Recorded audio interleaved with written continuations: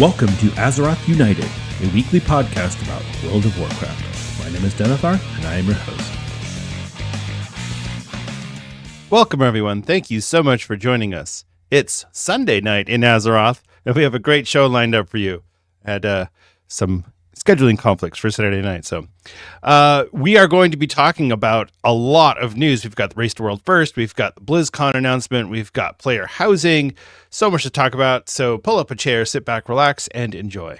And as always, if you have any questions or comments about the podcast, or if you have a particular topic that you would like to hear discussed, please email us at azerothunitedpod@gmail.com.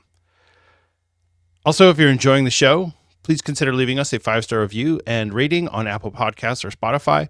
That really helps out the distribution, so if you're inclined to do so, we'd be very grateful. If you're watching us on YouTube, you can help us out by giving us a like and a subscribe.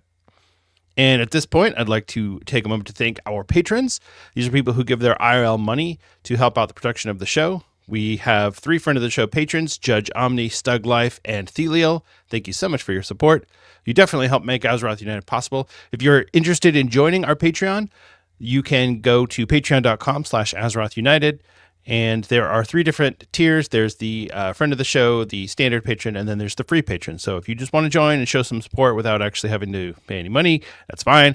I'm just looking for some feedback and kind of connecting with fans and things like that. I'm not really super hung up on, oh, you've got to pay. And no, Azeroth United will always be free. This is something that I do out of the love of my heart. So I'm happy to get support. It definitely does help. So if you want to support, you can, that'd be great. If you want to just join and be a free member, that's cool too. So, all right, that's my spiel. Let's talk about last week in World of Warcraft. So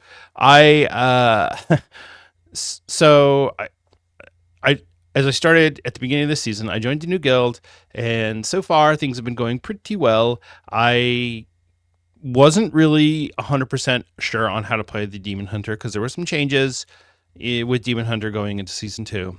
So I had to do quite a bit of research. And I watched a bunch of YouTube videos. I'll tell you right now, there's 2 main Demon Hunter YouTubers. There is Jedith and Voodoosaurus. Jedith is really good. He's very knowledgeable. He's he's not like one of these big bombastic YouTubers. Voodoosaurus is like I like to say he has kind of the Reddit mod vibes, and I don't think he's bad. He's very knowledgeable. He understands the class, but they just have a different approach. So trying to glean the information that I need from these 2, because different people are going to have different thoughts and different opinions about how things work. So I had to do a lot of research, a lot of digging on this, because joining a guild that has aspirations for mythic raid content is a little intimidating for me. And what I don't want is I don't want to join a guild that every time things get hard, I have to sit, because that doesn't feel good. That doesn't feel good for anyone. We did get to that point last raid on Thursday. We were doing Stick Spunk Junker heroic, and I think we did about 20 something attempts, and we just couldn't get our damage was too low. We kept hitting the enrage. So the raid leader decided we were going to go 226 and see if we could kill it, just to get a guild kill with a 10-person raid. So first he asked for volunteers to sit, and then he had to call people out to have them sit. So I volunteered because I didn't want to be called out. I'd rather, you can't fire me, I quit sort of vibe. So I sat. They did 2 attempts. They still couldn't kill it. It's a tough boss. It's a really tough boss. And we'll talk a little bit more about some of the bosses and the race and whatnot. But yeah, that was hard. We did kill Rick Reverb, though, so that was nice. So we're now 3 of 8 heroic. We really just, our gear is low. I mean, I'm 643, I believe. And, it's tough. I only have my 2-piece. Some people already have their 4-piece, which is great for them. I do not. Hopefully I'll get it with my vault. Yeah, I should get it with my vault, because we'll get another catalyst chart. So I'll be able to catalyze 2 pieces. And, yeah, so there you go. So that's what's going on there. Yeah, it's unfortunate, because I do enjoy running with the group. I'm enjoying the people. I'm starting to get more comfortable. whenever I join a new guild, I'm quiet. I don't talk in Discord. I don't really engage very much. I keep to myself. I have to warm up to people. I'm not the type of person that can just interject themselves into a conversation and go, "Hey, I'm part of this too." I'm a little socially awkward for that. So it's taken me some time, but I'll get there, and I'll start talking to some people, and we'll get things going. So that's what's going on with that. I haven't really done any other WoW other than, I did Operation Floodgate Keystone, which was fun. It was actually with a group of 4 friends, and they just needed a 5th, so I jumped in and helped. And that one's tough because there's a lot of I don't want to say one shot mechanics in there, but there are things that if you don't pay attention to the mechanics, you're going to get wasted pretty quick. So that one is good. I like it. I have not tried Theater of Pain again because it's going to take me a while before I can get back in there. I just really need to get my gear up a little bit. So, but yeah, I want to try and run some more keys this coming week. I've been really nervous to get in there. So, and as far as delves go, obviously running the delves it's pretty easy. I did a 9, which is cool. I want to try and do an 11. I might do that later today and see if I can switch to Vengeance and do an 11. And we'll talk about the brand nerfs and changes coming up. But I think that's my goal for this week, is to at least hit 111 and see, can I do this? So, and that's it. My other characters are all sitting patiently waiting for the time when they can actually do stuff. I'll tell you, trying to focus on one character for raid purposes is hard. I've only done 2 keys. There are people in my guild who have done 60 keys already, which is nuts. But I don't have that kind of time. So anyway, and that's about it. Everything else has been either dealing with IRL or I played some other games. Just trying to, you got to keep it fresh, right? You can't just play WoW all the time because you'll burn out. So that's where I am. And I tried to go onto Cataclysm because I really want to get some of our characters leveled up before Miss Pandaria comes out, and I can't do it. I just can't. It's no fun now. So it's unfortunate, but all right. Anyway, that's about all I have there. Like I said, it's we're in the kind of we're cruising now through the season, and things are, you're going to do what you're going to do. People are going to start dropping off as they get their achievements. They get their Keystone Hero. They get their ahead of the curve, whatever it is that you're chasing. Once you get that, a lot of times people will drop off and they'll go do something else. Some people will play alts. Some people just continue to play because they love playing WoW, and that character is what they want to be doing with their free time. Everybody has different reasons for wanting to play World of Warcraft, as we discussed a couple months ago on the show. But that's something that I go to WoW as it's a relaxer. It's something that I want to just kind of sit and chill. If I'm not feeling chill for whatever reason, if I'm being pressured to do something, or if I've got a bunch of chores that I got to do in game, and then I'm like, I really don't feel like dealing with it, I'm not playing. I'll do something else. So anyway, that's it doesn't really mean anything, but it is something to think about when you're feeling burnt out on World of Warcraft. So, all right, that's enough of that. We do have a lot of news and some things to talk about, so let's get into it.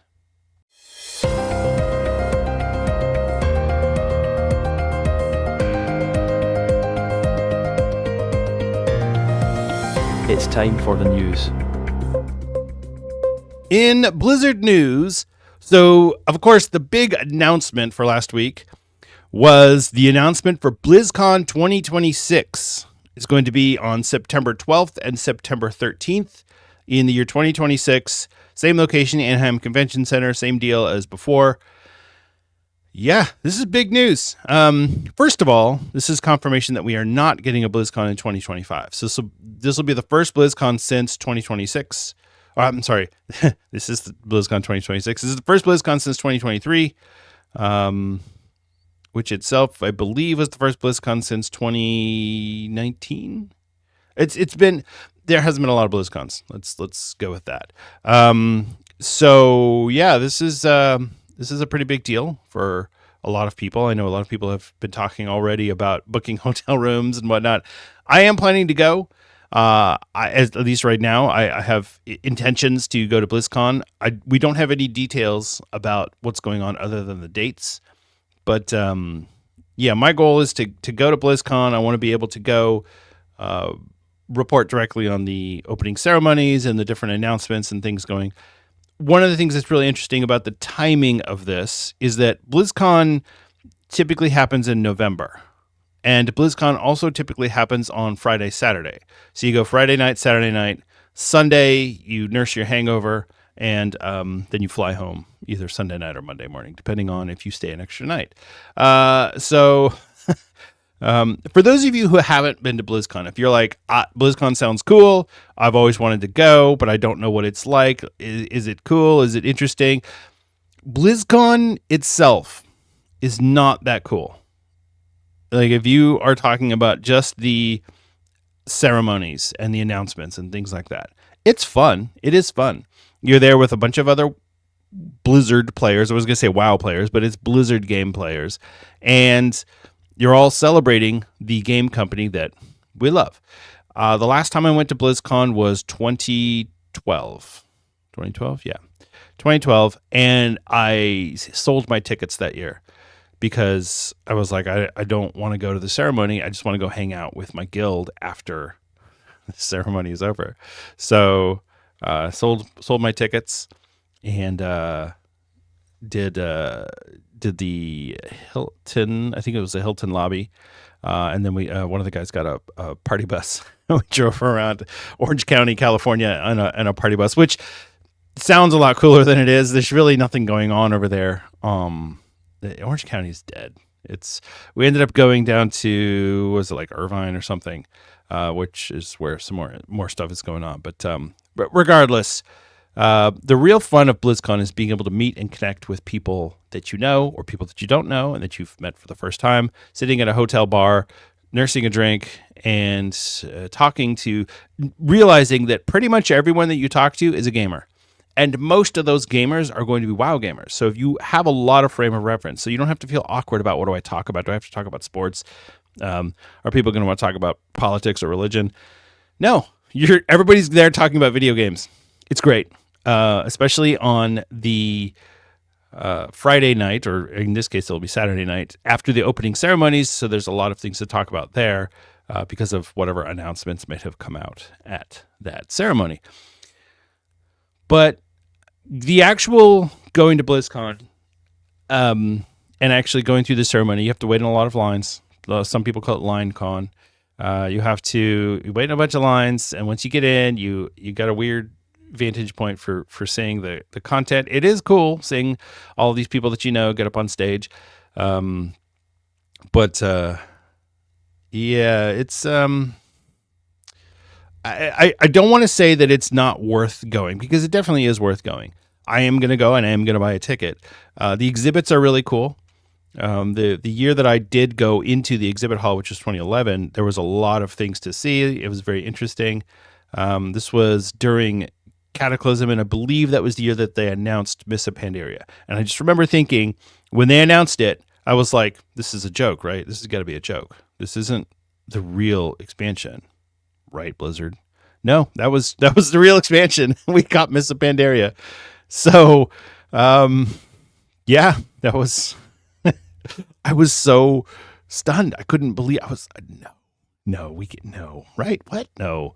Yeah, that's what we're getting. So, so you get the opening ceremony, you get different panels that break up. I mean, you've watched the live stream, and so it's basically that, except that you're moving from one hall to another. So they have the main hall and they have the side halls or auditoriums that you can go and watch whatever the presentations are.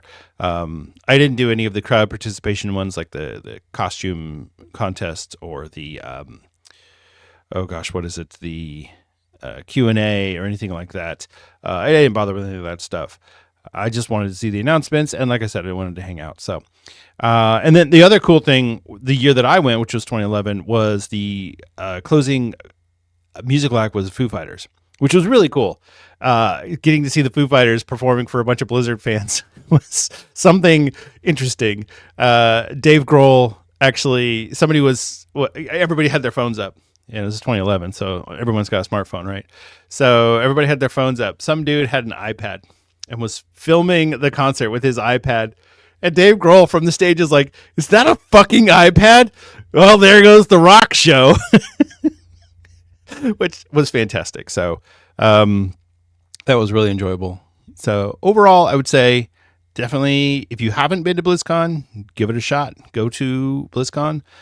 Just know that the concert itself, or the convention itself, and the after hangouts at the different locations, it's pretty much the whole thing. So if you're expecting some big extravaganza, there isn't one. There's really not a lot going on. Once you leave BlizzCon, you are at the mercy of the city of Anaheim, which, unless you're going to Disneyland, there's not much to do there. So yeah, that's the way it is. But yeah, I'll be going. And I will be there in 2026, a year and a half from now. It's just weird that they announced it so early, but I guess they're giving us time to plan and prepare. So there you go. One of the things that they did say, and I wanted to read this because I thought it was kind of interesting that they pointed it out in the announcement. For 2026, alongside BlizzCon staples like opening ceremony, in-depth panels, the Darkmoon Fair, friendly competition, hands-on gameplay, and more, we aim to meaningfully elevate this iconic celebration and create an unforgettable experience for all who take part in it. We are building this event just like we build our games, with deep commitment to our players, with respect for your connections and our universes, and as a celebration of the strength of the bonds we formed through shared adventure. So what does that mean? An unforgettable experience for all who take part in it? I don't know. I don't know what that means. It's just marketing words, yes, but the fact that they felt the need to point that out as an additional thing that I don't know. I guess we'll see. So yeah, BlizzCon 2026. Like I said, if you are unsure, I would definitely try and go. You do have to go to California, and you do have to get a hotel room in Orange County somewhere, because there's not a lot of public transportation around there. I mean, there is some public transportation. It's just the public transportation in California stinks, especially in Orange County. So because everyone has a car, so why would you need public transportation? And basically, most of the public transportation is focused around Disneyland. So yeah, and that's a little bit of a haul from the convention center. So. But yeah, definitely check it out. You could get if you've got money to spend, get a nice hotel room or an Airbnb and rent yourself a car, whatever you got to do. I don't know what parking is like there. I think that there's it's just a parking lot. I don't remember how that worked, but I think you just paid $10 or something for parking. This is back in 2011, so it's probably a lot more now, but you get the idea. I mean, there's just you just park somewhere. So all right. Let's move on from BlizzCon. I'm very excited, though, in case you can't tell. It's something I have fond memories of BlizzCon, and I can't wait to go and check everything out. But yeah, I'm very excited about that. All right, let's go through. All right, let's start with the Race to World First. So, Liberation of Undermine Race to World First has concluded. Liquid is the winner. And to say that it completed with a resounding, I guess is accurate.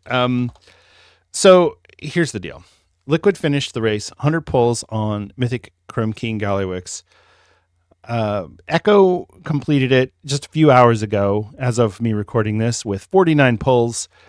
This boss is easy, comparatively speaking. That is fewer pulls than the 7th boss and fewer pulls than the 5th and 4th bosses, which is really weird for a raid in World of Warcraft. Let me give you an idea. So in Liberation of Undermine, you have the first boss was killed after 2 pulls. That's Vexy and the Gear Grinders, the guild melee mechanics, killed them after 2 pulls. Cauldron of Carnage, the guild bound, 16 pulls. Rick Reverb, instant dollars, 25 pulls. Six Bunk Chunker, Liquid, 114 pulls. Sprocket Monger Lockenstock, Echo, 107 pulls. One-Armed Bandit, Liquid, 56 pulls. Mugsy, Liquid, 149 pulls. And Chrome King Gallywix, Liquid, 100 pulls. So if you count the number of pulls for the guild that killed it first, not per guild, or like I could count all of Liquid's pull count, but you have to look at the first kill of a particular boss, because that's the guild that is doing the strategies. That's the guild that is kind of figuring out as they go. That's 569 total pulls for Liberation of Undermine. As a comparison, Nerubar Palace, you have Ulgrax was 1 pull, melee mechanics. Bloodbound Horror, melee mechanics, 5 pulls. Sikran, Liquid, 1 pull. Rashanon, Liquid, 1 pull. Brood Twister Overnax, Liquid, 117 pulls. Nexus Princess Kaiveza, Liquid, 288 pulls. The Silken Court, Liquid, 171 pulls. And Queen Ansarek, Liquid, 404 pulls. For a grand total of 988 pulls for Nerubar Palace. That is over 400 pulls more. Just the Queen fight alone. If you take everything else, 1 through 7 in Nerubar Palace, that's the same number of pulls that it took to clear the Liberation of Undermine raid. Now, I have seen some people say, and I agree with this, that it does make some sense for Gallywix to kind of be easier than his thugs and lieutenants. That does make sense, because that's the lore-wise and thematically that would work. You're like, obviously, if it's just Gallywix, you can maybe take him out a lot easier than his chief of security or his trash collector guy. But from a gameplay standpoint, it feels a little odd. So I was curious, and so I looked back to Amir Drasil, because that was the last raid that we had progging on. So Amir Drasil was 875 total pulls for the first kills. Everything was pretty low until we got to Tindril, which was 426 pulls. And then Firak was 340 pulls. The only other one that was high from there was Nemwe, which was 56 pulls. So I don't know. Is it too easy? Maybe. There was a post that WoW had put out last week, which was that Styx Bunkjunker was the hardest 4th boss of all time. So the 4th boss is generally one of the easier bosses. I mean, if we go back, Volocross was 7 pulls. Rashanon was 1 pull by Liquid. Styx Bunkjunker was 114 pulls, which is a lot for the 4th, that early in the raid. So yeah, six guilds in 9 days killed the boss at the time. So yeah, I mean, it's whatever. I mean, this is a 12-day race, so it's not like Abros. I think Abros was like a 7-day race or an 8-day race, maybe. I don't know. People are disappointed, and I get it that it feels kind of anticlimactic when the boss just dies. There's not this. Ansarek was cinematic in how difficult and heroic the players were trying to clear this boss, up to the Warlock Gate at the last second, saving the pull. But just because a guild goes in prepared with really good gear that they got from doing splits and made sure that Blizzard, their work was, I mean, 100 pulls is still 100 pulls. This, to me, really drives in the point of we need tournament realms for the Race to World First. Blizzard just needs to take this and say, okay, fine. You're going to get a tournament realm. Everybody will get 6 out of 6 myth track gear. Pick whatever you want. Get your trinkets. I don't care. Get whatever you want to get. But we're going to crank up the difficulty on everything. And when it's over, when the tournament is completed, maybe you have your top 10, then the tournament realm will close. You have, after 10 guilds kill it, then you've got a week left to kill the boss, and whoever kills it gets a permanent achievement, like feat of strength on their account, race to world first, whatever, or something like that. That way, they don't have to worry about making the raids too easy or too hard. Just make it exactly how you want to make it and let the guilds figure it out. If it takes them 3 weeks, okay, well, I guess it took you 3 weeks. They'll figure it out eventually, or they'll figure out that it's mathematically impossible. But this, I'm not disappointed with it. I think it was cool. I'm glad that they did it. I didn't watch it, and it wasn't as exciting as the Ansarek one, but that doesn't mean it wasn't a good race.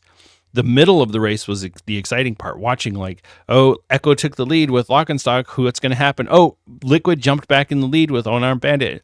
That was more interesting to me than the actual finish. So anyway, that's it. The race is over. You may now go back to your normal lives.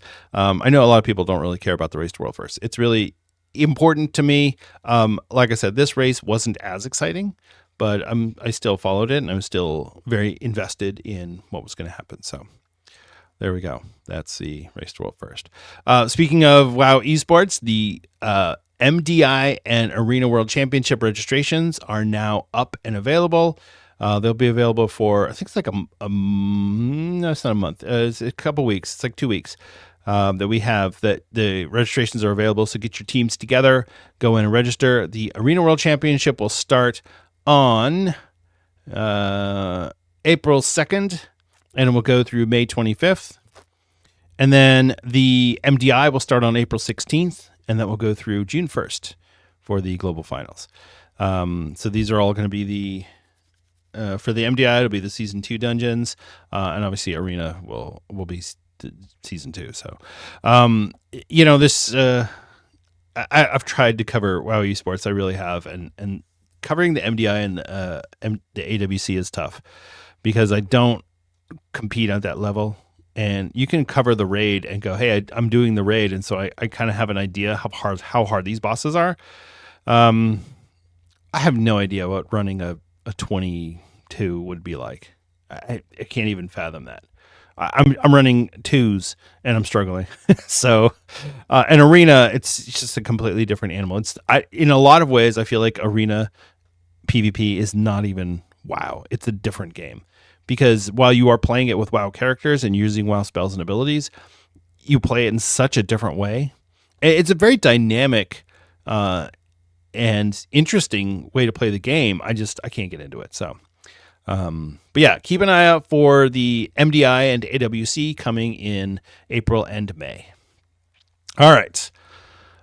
Let's talk about, well, actually we're going to jump over to, Classic real quick because the Season of Discovery Phase 8 PTR is now available for testing.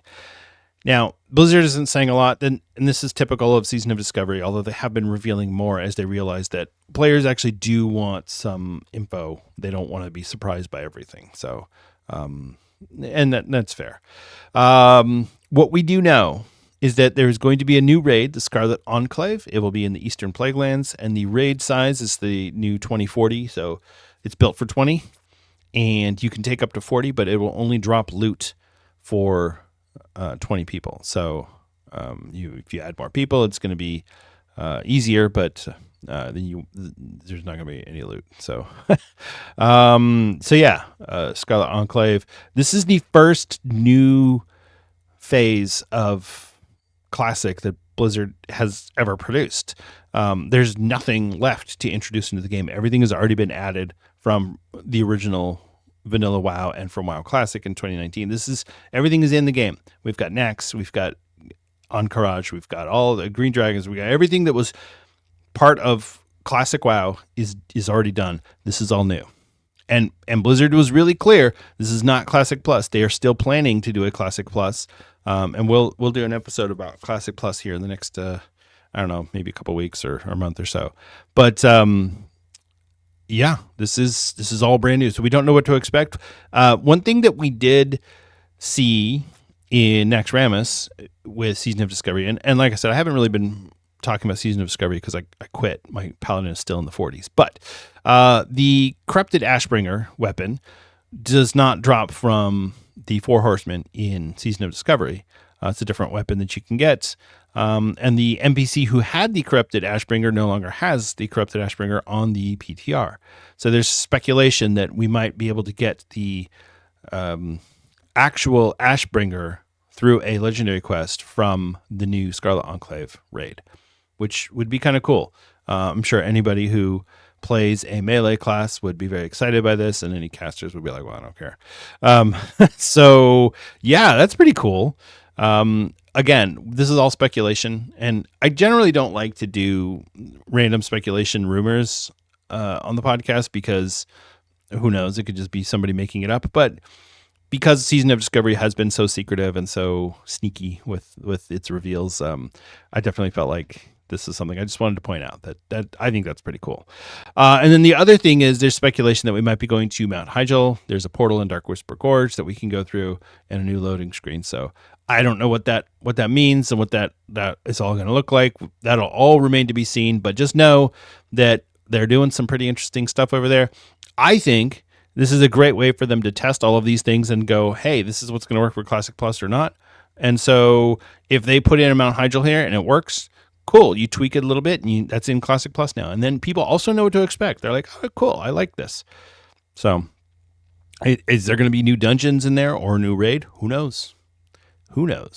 But it's definitely very exciting because while Season of Discovery itself might not be my cup of tea, Classic Plus sounds like fun, whatever that may be. So, because to me, it's all what's in my mind. To you, it might be what's in your mind. But as far as I'm concerned, Classic Plus is going to be a really cool thing because I think Blizzard is going to do it a lot bigger than they did Season of Discovery. So, all right. Anyway, let's move on from that. Yeah, like I said, Season of Discovery Phase 8 is now on the PTR. So if you want to go check that out, check it out. I probably won't, to be honest.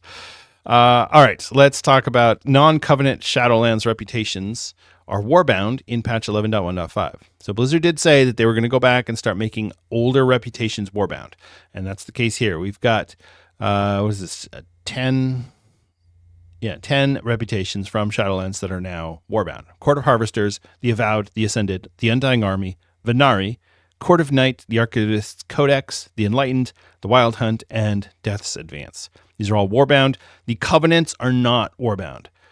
For whatever reason, they can't make the Covenant Renowned warbound, so they're not going to, and that's fine. Whatever. I don't care. And honestly, I don't really care about any of these reputations either, but you might be farming something from Shadowlands that you're like, oh, this would be so much easier if I had, if this was warbound or whatever. I guess this will make it easier, so. Okay, let's talk about Bran Bronzebeard, y'all. So Bran Bronzebeard got a new tank spec with Season 2 of The War Within, which is very exciting, and players were able to use it to great effect to clear Tier 11 delves and have really just a good time in general using Bran as the tank. He's apparently was a pretty sturdy tank, and people were having a great time with him. I didn't find that to be the case. He died super easy for me, but whatever. But Blizzard decided he was too sturdy, and so they reduced his tankiness. They reduced his max health by 20%. He received 60% increased damage, a bunch of ability nerfs. He got whooped pretty hard, which I guess if you're going to get hit by the nerf bat, might as well be a good one. And so what it really came down to is that Blizzard didn't feel like players should be able to easily do tier 11 delves, especially healers. They didn't like the fact that healers could just, hey, if you heal Bran, he's going to basically clear the delve for you. So they had to nerf him. Meanwhile, tanks are over here with healer Bran going, I can do 11s. What up? Anyway, Blizzard realized that it was a little too much. The community was very loud and boisterous. And so they've upped it back up just a little bit to try and give him to somewhere a little bit more balanced. So they increased his max health back by 10%. He receives 13% reduced damage now. I don't know. I think when Blizzard introduces things like this, it's really tough to get it right because you put it on the PTR and people go, oh, well, this doesn't work right. And then Blizzard goes, well, that's only a few people testing it. So then they have to see it on a large scale. And so here we are, week 2 of the season, and they're going, oh, okay, we screwed this up. So, again, I'm going to bring this up, and I'm going to keep bringing this up because this is one of my biggest complaints with Blizzard right now is that they don't do proper QA.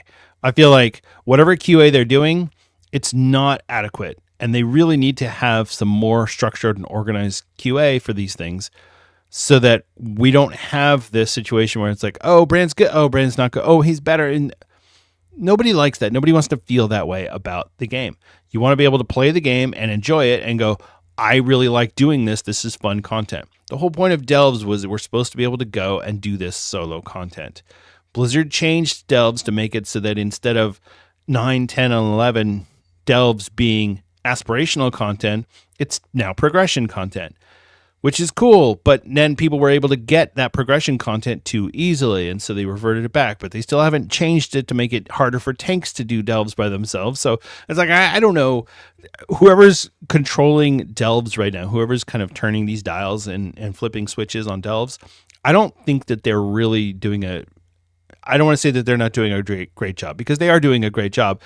The problem is I don't think they quite understand what's going on out in the real world. They need QA testers, players who can do this content. That's their job. Your job is to play WoW and test it. Play WoW with purpose, not just play WoW for fun. Don't do loops around Dalaran, right? That's not the kind of WoW we're talking about. We're talking about go do specific things in game and do them consistently with structured testing. I know this is boring stuff, but just trust me here. Structured testing, you've got a checklist you're going through, you're trying different things, and not one person. We need 100 people, 1,000 people doing this. You can pay them minimum wage. That's not or maybe a little bit above minimum wage. Let's be fair here. Then they could work from home. It's just let's be real here, okay? They need testers. They need people who can do this stuff, and let these people work from home and play this game and test it and report back. I know they have some testers. They just don't have enough. Anyway, I don't know. We'll see. So what's the future for Brand Bronzebeard? I don't know. And I don't think Blizzard quite knows what they want Delves to be. I think that they're still worried that Delves are, Delves are too easy. People are able to get welfare epics, right? That's what we used to call them back in the day, welfare epics. Oh, people are getting welfare epics and they're doing all of these things, and we don't want them to have good stuff. Meanwhile, people are already doing Mythic Plus. We already have people who are 3K IO score in Mythic Plus. Blizzard isn't changing that. They made Mythic Plus easier. So is it that they just don't trust Delves, or they think that Delves are there's like that's content for casuals? Is it endgame content or not? Because if it's not endgame content, why are you making it so that you can get endgame gear and the highest level of gear? We're getting Gilded Crests from tier 11 Delves. Why? If it shouldn't be for endgame players, then don't make it give us that stuff. Make it give us really good stuff that we can use. And I was good with where Delves were last season. I was fine with it. But for whatever reason, Blizzard isn't happy, and so they're going to continue to tweak it. Hopefully, it gets to a good place before midnight. We've got one more season in which they can make some changes and tweak it, and then we'll kind of be able to evaluate where are Delves, and is this going to be a good feature going forward? Is this going to be something that people hate because Blizzard keeps messing with it? So, anyway. Oh, all right. That is the news. Let's go through this week in World of Warcraft. So we've got the War Within Season 2, Week 3. The Mythic Plus affix is the +4 affix is Voidbound. The Void Emissary spawns while players are in combat and buffs enemies. So you just need to kill the Void Emissary before he finishes casts. And if you don't, then he gives buffs to the enemies. So, which is unfortunate. And then the +7 affix is Tyrannical. You know it, you hate it, you hate to see it. Bosses have 25% more health and deal 15% more damage. Although, I don't know, I feel like Tyrannical is better this season. So yeah, bosses are going to hurt. Bosses are going to hurt. Once you hit 7, it's going to be tough. So be ready. Make sure that you've got all your tank cooldowns and your hero cooldowns ready to go, because Tyrannical will hurt hard. So... the bonus event for this week is the Delve bonus event. Speaking of Delves, you're going to get the Sign of the Explorer buff. Cool. That will increase your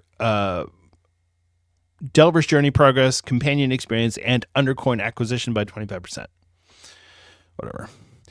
Quest, a call to delves from Archivist for Thrune in Dornogal to complete 5 delves in Khazalgar, and you will be rewarded with a cache of Delver's Spoils, which is a champion delve item, which that's pretty cool. The PvP brawl for the week is South Shore versus Terran Mill. This is just 40-40 deathmatch. First team to reach 150 kills wins. Just keep running back in. It's just a giant melee with no goal other than to fight, which is it's kind of fun. As I've said many times before, this is what we used to do for PvP back in the day because there were no battlegrounds. So we made our own battleground, and Blizzard has captured that. And this is what we get as a result. It's pretty cool. You will get the quest Something Different when you zone in to win a PvP brawl, and you'll be rewarded with Conquest, Honor, and Marks of Honor. So there you go.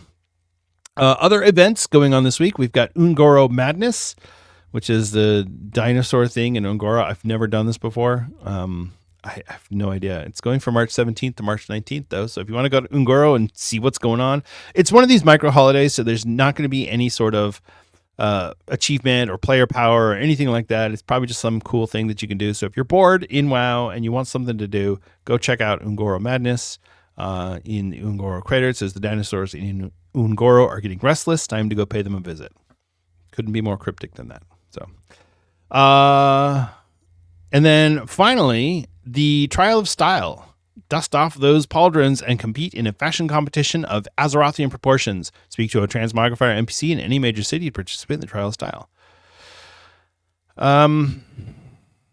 So it's really interesting about the Trial of Style because there was a whole video, and I think it was Bellular that did the video, where he's talking about the Ethereals and how the Ethereal storyline has been going since Legion, and it's just been adding little bits here and little bits there. And I don't even know if it's a concerted effort by Blizzard. Here's the storyline we're going to create for the Ethereals. It's more of we can add to this. Oh, wouldn't it be cool if we added this character or that character?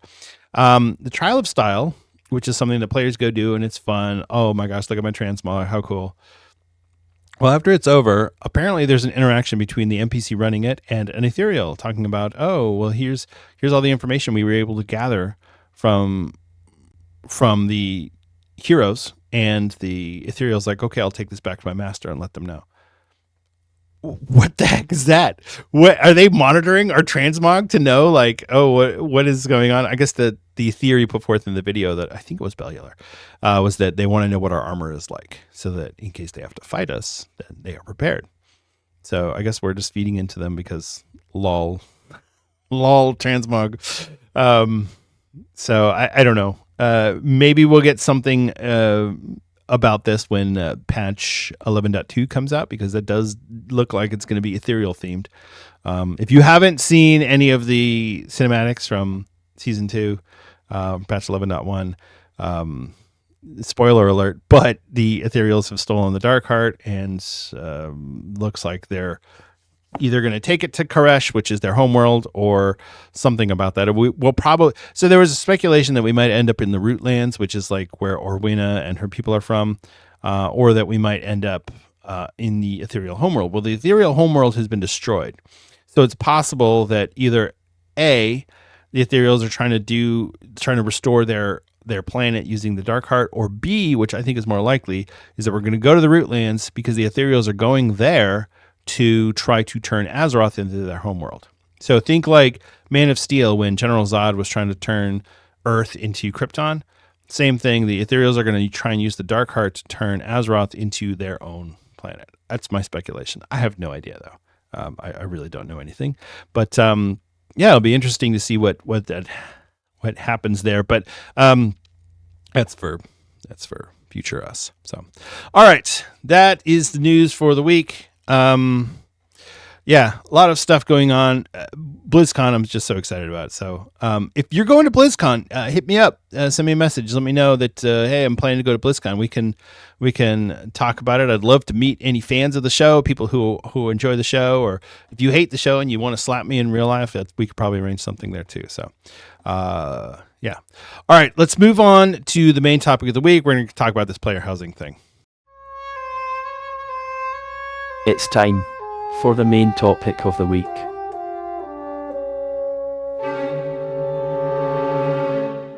Okay, so Blizzard have written a blog article about player housing, and it's gone into quite a bit of detail about how it's going to work, and at least at an early stage. I mean, obviously it's not fully fleshed out yet. They're still designing the system, but they're giving us a kind of sneak peek into what to expect.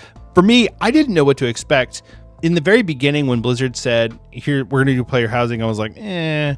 And as they've slowly revealed more and more information, I've become more and more excited about player housing and getting this feature in the game.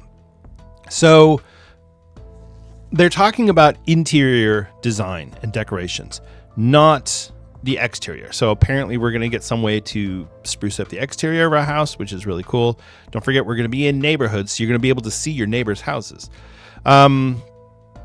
So the way that they broke this out is we've got a couple of different design idea concepts. If you've ever played any sort of game like The Sims or Animal Crossing, or anything where you're building a house or building your place, right? That's the kind of thing that we're going for here, except that Blizzard have created this ridiculously good editor. I haven't seen Final Fantasy or Guild Wars and these other games because I've never played those, so I don't know what their housing systems look like. But what Blizzard is putting together, to me, it looks impressive.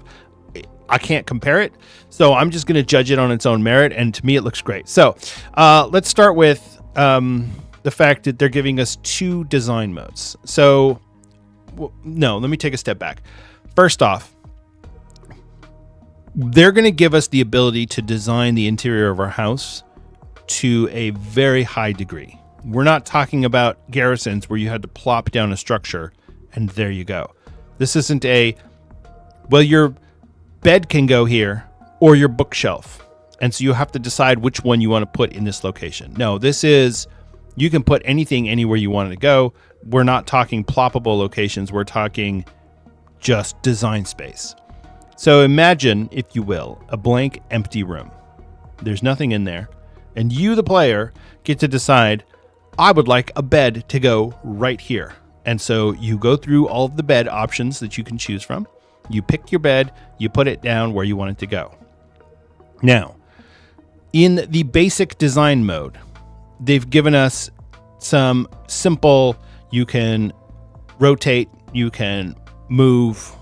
You've got a grid that you're going to put things on. And so everything is designed around the grid. You've got snapping with 15-degree increments so that you don't have things that are out of alignment. It's very clearly designed for people who want to use the feature but don't want to spend hours and hours analyzing every minute detail. So you can go through, you can put your bed down where you want it to go, you can put your coffee table where you want it to go, easy chair, your bookshelf, window, whatever you've got. You can put it where you want it to go, and it will snap very nicely and very easily. It makes this a very simple game mode that you can use, that you can decorate a house very nicely. And looking through the videos that they attached to this blog article, it looks like you can do a lot with the basic editing mode. The advanced editing mode is insane. Not only do you have a very high degree of rotation for the different pieces of furniture, you can move them, you can scale them, you can clip them into the wall, you can do whatever you want. They're giving you the freedom to create a clown house if you want. If you want to have a ridiculous looking house with furniture clipping through the walls and a window over the fireplace, you can do that. They're like, hey, you know what, players? If you want to be dumb and make a dumb house, go for it. Nobody else is going to see it. And the people who do see it will probably tell you your house is dumb. So go for it. They're not trying to protect us from ourselves here. They're going to let us build whatever we want within the framework of this design system. So you can click on a piece of furniture, you can rotate it, you can scale it, you can move it around. So you have, from a technical standpoint, you have different axes, right? You can move it side to side, you can move it back and forth, you can move it up and down, you can scale it, you can rotate it. There's all sorts of different ways you can move things around. there's not specific locations where you have to put things too. It's not like, oh, well, you can't put anything there. It's blocked. No, the entire room is a grid. The entire room is a grid. So they're giving us complete flexibility with the design. They're also giving us the ability to have multiple rooms in the house. So if you want to have, this is my study, this is my trophy room, this is my guest parlor, this is where my WoW girlfriend sleeps, this is where my pets are, whatever you want to create, however you want to do it, you can build your house. They are what they've said is your house on the exterior does not have to match your house on the interior. So if you have a mansion on the outside and a 1-bedroom house on the inside, you can do that. Alternately, if you have a small house on the outside, like a little shack, you can have 8 bedrooms on the inside or whatever you want, because they're giving us the flexibility to do this. Now, obviously, we have a system that's going to be in place to kind of guide some of these things. You can't just do anything you want. You can't. This isn't Doctor Strange or Inception, where you can warp the reality. We're not going that route, but you can really design and customize these things. One of the things that I really found was interesting was they give us the ability to you can have parent objects. So if you have a table and then you put a mug on the table and then you want to move that table, you're like, I don't like the table where it is, and you move it, the mug stays on the table because the table is now that mug's parent object. So when you move the table, if you scale the table, if you do all these things, it's going to affect it in different ways. So you don't have to, I set up this whole coffee table design and now I want to move it, and so I have to redo the whole thing. No, it's all linked to it. And so they're giving us the options to do this in such a open-ended way. I'm surprised that Blizzard has done this so much. All right, let me go through this blog article because I'm just gushing at this point. Decor can be moved around Decor can be moved around on the ground and will move on top of things as it bumps into them or down onto the ground as they reach the edge. This lets you move around and have them interact in the expected way. Decor can be rotated around its up axis with rotation snapping up to 15-degree increments so objects don't accidentally unalign with other objects as you rotate them. This is basic mode. Decor has collision with other pieces of decor, as well as the floor, wall, and ceilings, and players are unable to move decor through other things, no losing things in the walls. Decor will align to the floor, wall, or ceiling depending on what sort of decor it is. Example, a rug will align with the floor, while a painting will align with the wall. If you move it around a corner, it will continue to align properly. This also means decor will snap to the ground if you move it off something. Certain types of smaller decor will parent to certain types of larger decor when placed on top of them. This means when you move the larger decor, the smaller decor moves along with it. This allows you to, for example, place books on a bookshelf and then move the whole shelf instead of having to move everything individually. Players can show a grid and enable snapping, which will snap decorations to the points on the grid, helping you keep everything neat and tidy. It will even shrink down when you're placing something on a smaller surface like a table. Okay, so we're going to get a grid. We're going to get the parenting system. We've got object collision, so you can't have objects colliding with each other. If you're like, man, I don't want my coffee table intersecting into my bed, that's going to look dumb. You're right, it would look dumb. So this is the basic editing mode. And so you could do the entire system in basic and probably be happy. But there are going to be people who want to micromanage every little thing. So advanced interior design. But that's so restrictive, we hear you saying. Don't worry, just switch to advanced mode and feel the true power at your fingertips. Advanced mode effectively turns off a lot of the rules of basic, but also offers up additional tools of its own as well. Decor has no collision in advanced mode. Want to push a chair into the wall? Enjoy! I love that. You can enable gimbals, little 3D controls on objects, which will let you move objects on all 3 axes, including floating them up into the air without having to jump through hoops. You could just have a floating table if you want. Hey, I'm a mage, I have a floating table. What's up? A different gimbal can be used to rotate an object freely on any axis as well.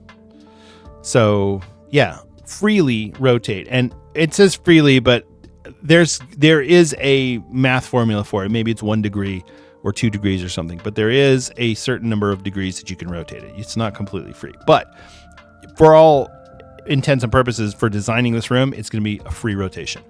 Finally, a third gimbal can scale an object size up and down with some generous limits, making something smaller or giant. So you can make the table huge.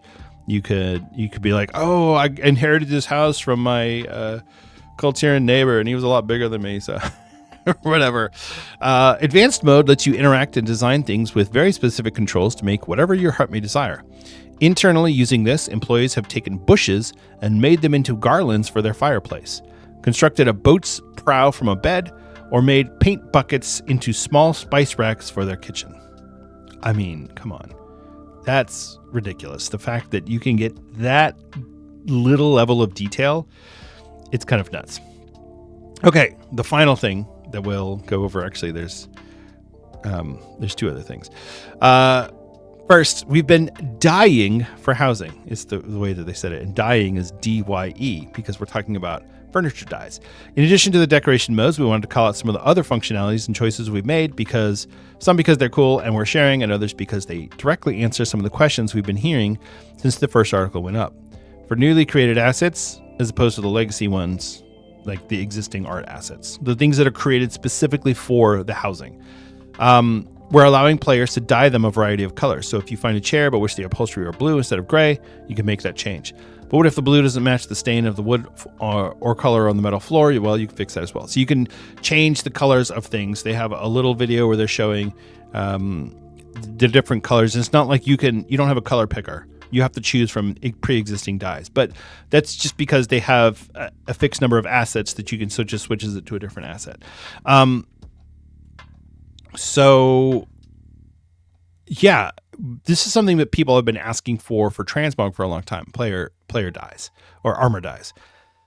And so they're putting it in for housing. Now, you can't tell me that they have decided, all right, we're going to add this for housing, but we're not going to add this for transmog. There's no way. If they would just have it be, no, you have to go earn the blue rug instead of the red rug, instead of the green rug. No. They're going to let you dye it any color you want, or, within the color list, because that's the same system they're going to use for armor. Now, it might be only for armor going forward. Maybe starting in midnight, all of our armor is dyeable, or certain armors are dyeable. I could even see a case being made for you get your tier set, right? And when you do, you unlock that level of tier set, you unlock those color dyes. So you can, instead of having just different pieces available, you're unlocking that particular armor dye. So maybe if you get heroic, you unlock the armor dice for Raid Finder and normal, as well as heroic. So you have your heroic piece, but you can dye it the colors of normal or Raid Finder, which is something that I've always been frustrated with, is that if you get a heroic piece of gear, you're like, cool, but I really like the appearance from Raid Finder. So now I have to go run Raid Finder week after week, trying to get that same piece to drop on a different... Anyway, you get what I'm saying. So armor dyes, possible for the future. Furniture dye for player housing, definitely on. That's definitely coming. So it's not just decorations you use to customize your space, but the wallpaper, ceiling, and flooring as well. You can mix and match these to elicit various cultures and vibes, or just make up your own. You can take things a step further too and use partition objects to build walls where none were before, letting you make rooms with arbitrary interiors. You can design your house however you want. They have a floor plan mode here on the blog article, showing your house from a top-down view, so you can kind of see what the rooms are going to look like and lay out the house exactly how you want, which I think is really cool. Somebody who, when I played The Sims, and this was back in, I don't know, 2000s or whatever, the first Sims, not any of these new ones, I didn't care about any of the other stuff. I just wanted to build a house. I wanted to design my own house. I wanted to build the walls. Here's my, the color of the carpet, and here's where I'm going to put the furniture. That's the kind of thing I was interested in. I didn't care about going to work. And I was like, I go to work in real life. I don't need to pretend like I'm going to work. So that to me is really interesting. I actually did took I measured the layout of my house. Each room, all of the different angles, all the different walls, and I put it all into Visio. And so I have not a 3D, I have a flat model of my house in Visio that I can use, so I can design my room. I can say, well, I'm going to put the bed here and I'm going to put the desk there. Oh, look, that's not going to work because there's only going to be 2 feet in between them. It's not enough room, right? It gives me some idea of how to best lay out the house. I did the same thing for the garden outside, but we're not on the outside of the house yet. Speaking of mixing and matching, we saw a lot of questions around what would be allowed in terms of decor. Inside your home, you can decorate however you want. So if you want some Blood Elf wallpaper with a stone roof and a wooden floor, go for it. Now that is cool, because a lot of people were like, this sucks. Only Elwyn Forest and Durotar. This is terrible. I don't want Orc. I don't want Human. I want Night Elf. I want Blood Elf. I want Troll. I want Dwarf. I want Tauren. Nobody wants Undead. And so while your house might be located in a particular area, you'll be able to decorate it however you want, at least on the inside. We don't know what the outsides are going to be like yet. Maybe all the outsides have to look the same or similar. We'll see. But the inside of the house, you'll be able to have some real customizations with the decoration. Okay, and then they're talking about outside. Before we go outside, while we're not really talking about exteriors in this article, it's worth mentioning that the outside size of your house has no bearing on how big the interior is. If you want a huge mansion outside with just one room inside, or a tiny shack on the outside but dozens of rooms inside, you do you. We'll share more about the exteriors of your home later, though. There's so much to discuss with decorations. Where do we get stuff? How do I show off my collection of transmogs, pets, and mounts? How do professions fit in? Which we're going to get a woodworking profession. Come on. Never mind neighborhoods, and we can't wait to share more. Please keep sending us your feedback, and we'll keep building. But in the meantime, here's another screenshot a team member made mixing some various styles. So I'm going to put the link to this blog article in the show notes. If you haven't checked it out, definitely check it out. The little videos make it look really cool. They show you exactly how they're intending this to work. Obviously, it's not finished yet. This is in a very raw state.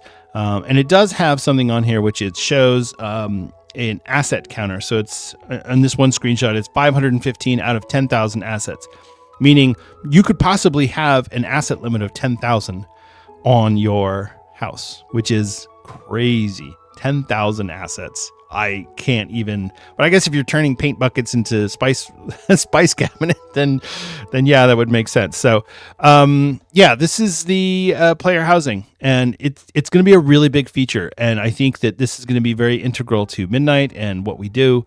But, if you're not looking forward to player housing, I get it. It's not for everyone, but for somebody who was not really interested in this to now, I am super excited about this feature. I cannot wait for it to get in game. So I'm hoping that it really delivers on all its promises. So far, I'm very optimistic. So, all right, that's going to do it for today. Thank you so much for listening and for watching. I really do appreciate it.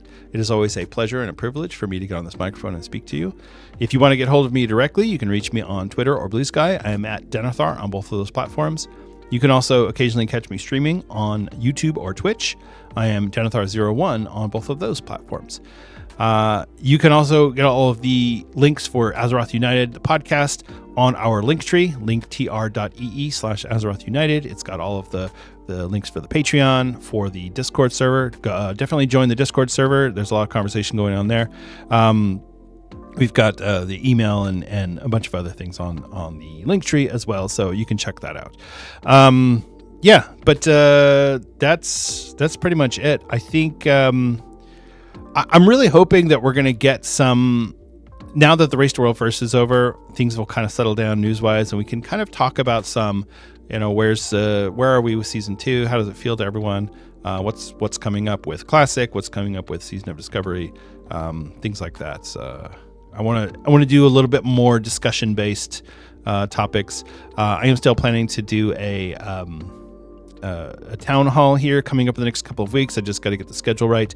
I had to convert the Discord server into a community Discord, which was kind of weird. I didn't even know that was a thing. But you can create a town hall channel that you can get into, and we can have a whole conversation there. So that's probably how we're going to do it. But I'm still working on the technical aspects of it. But just know that that's coming, and we'll get everybody who's on the Discord. We'll get y'all in there, and we'll get a conversation going. So, right, and I think that's it. I think there was something else I was going to say, but now I forgot, and it's too late. So, all right. Thank you again for listening. I really, really do appreciate it. And remember to be good to each other out there. That's a real life player on the other side of that keyboard. And, maybe they're just planning out their player housing and they weren't paying attention to what they were doing in the Mythic Plus 12. And now you're mad because you busted your key. Well, you know what? That's just how it goes. So, all right. Take care. I love you all. And I'll see you in Azeroth.